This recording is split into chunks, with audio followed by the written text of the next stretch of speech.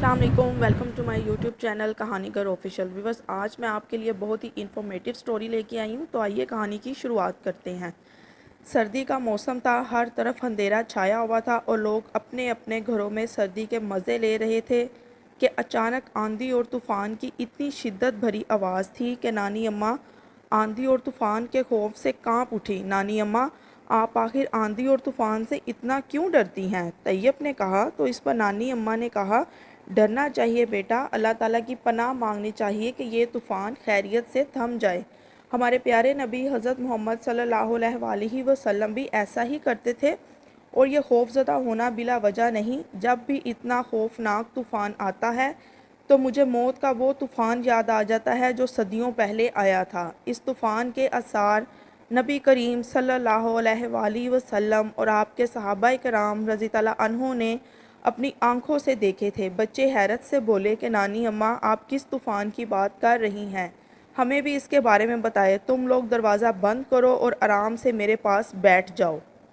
اور یہ واقعہ ہے سیدنا نوح علیہ السلام کے بعد کا۔ بچے نہایت خاموشی سے نانی اماں سے واقعہ سن رہے تھے۔ سنو، جب اللہ تعالیٰ نے سیدنا نوح علیہ السلام کی قوم کو پانی کے ذریعے سے ہلاک کر دیا تھا، تو صرف سیدنا نوح علیہ السلام اور آپ کے ساتھ وہ لوگ اور جانور جو کشتی میں سوار ہوئے وہ محفوظ رہے، اور نسل کشی انہی سوار لوگوں سے چلی۔ ہاں، تو پھر وقت گزرتا گیا، ان کی اولاد ہوئی، اور اس طرح لوگ دنیا میں پھیل گئے۔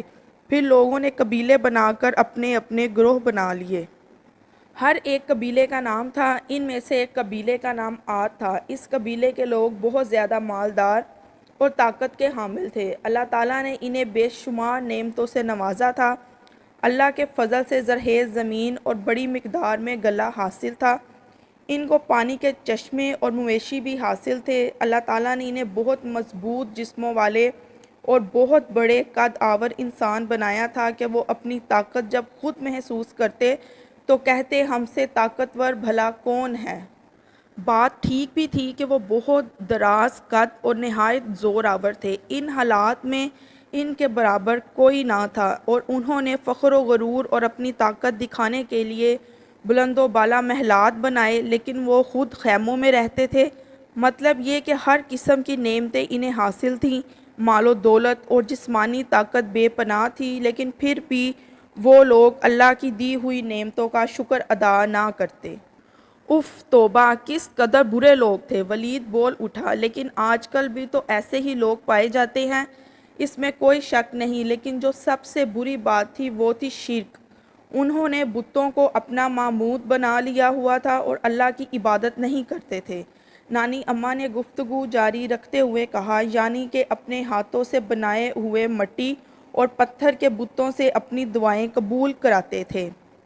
مصیبتوں اور بلاؤں کو ٹالنے کے لیے بھی ان سے مدد مانگتے۔ اف توبہ، یہ کیسے لوگ تھے! طیب بول اٹھا۔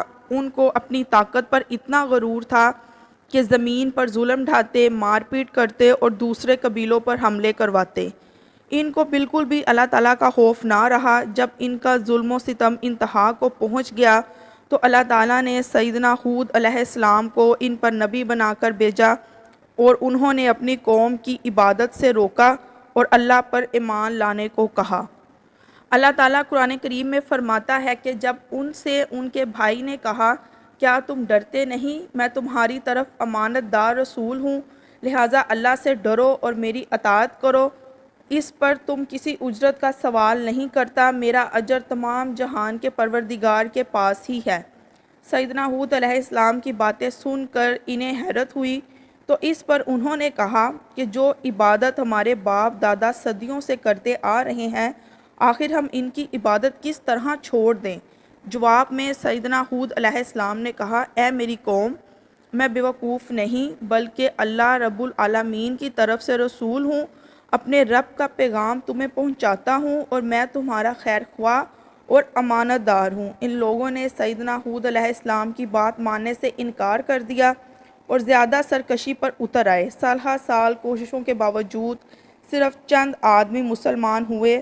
سیدنا ہود علیہ السلام انہیں مسلسل بتوں کی عبادت چھوڑ دینے کا کہتے اور ایک اللہ پر ایمان لانے کو کہتے۔ اور ان سے کہتے کہ اللہ کی نعمتوں کا شکر ادا کرو کہ تمہیں اتنا طاقتور بنایا اور سب سے زیادہ طاقت و قوت دی، اور قوم نوح کو تباہ و برباد اور غرق کرنے کے بعد تم کو اس زمین میں جانشین بنایا۔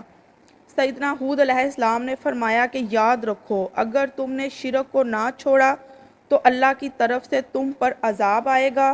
دنیا میں ذلت و رسوائی کے علاوہ آخرت کا عذاب بہت بھیانک ہوگا، ٹھکانہ جہنم ہوگا۔ لیکن ان کا خیال تھا کہ ہم تو اتنے طاقتور ہیں، ہمیں بھلا کون عذاب میں مبتلا کر سکتا ہے۔ ان کی گمراہی کی انتہا یہ تھی کہ سیدنا ہود علیہ السلام کو للکار کر کہنے لگے، کیا تمہارے پاس اس واسطے آئے ہو کہ ہم صرف اللہ تعالیٰ ہی کی عبادت کریں، اور جن کو ہمارے باپ دادا پوجتے تھے ہم ان کو چھوڑ دیں؟ لہٰذا ہم کو جس عذاب کی دھمکی دیتے ہو اس کو ہمارے پاس منگوا دو اگر تم سچے ہو۔ اب ان لوگوں نے عذاب کو خود دعوت دے ڈالی۔ ہاں بیٹا، اگر کوئی قوم خود عذاب مانگے تو پھر اللہ کا عذاب آ کر ہی رہتا ہے۔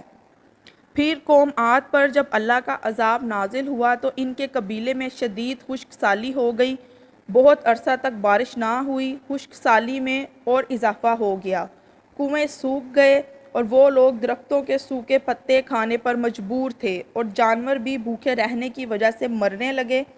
جن کھیتوں پر وہ فخر کرتے تھے وہ چٹیل میدان بن چکے تھے، اور پھر قوم عاد کا غرور ٹوٹ گیا اور غرور خاک میں مل چکا تھا۔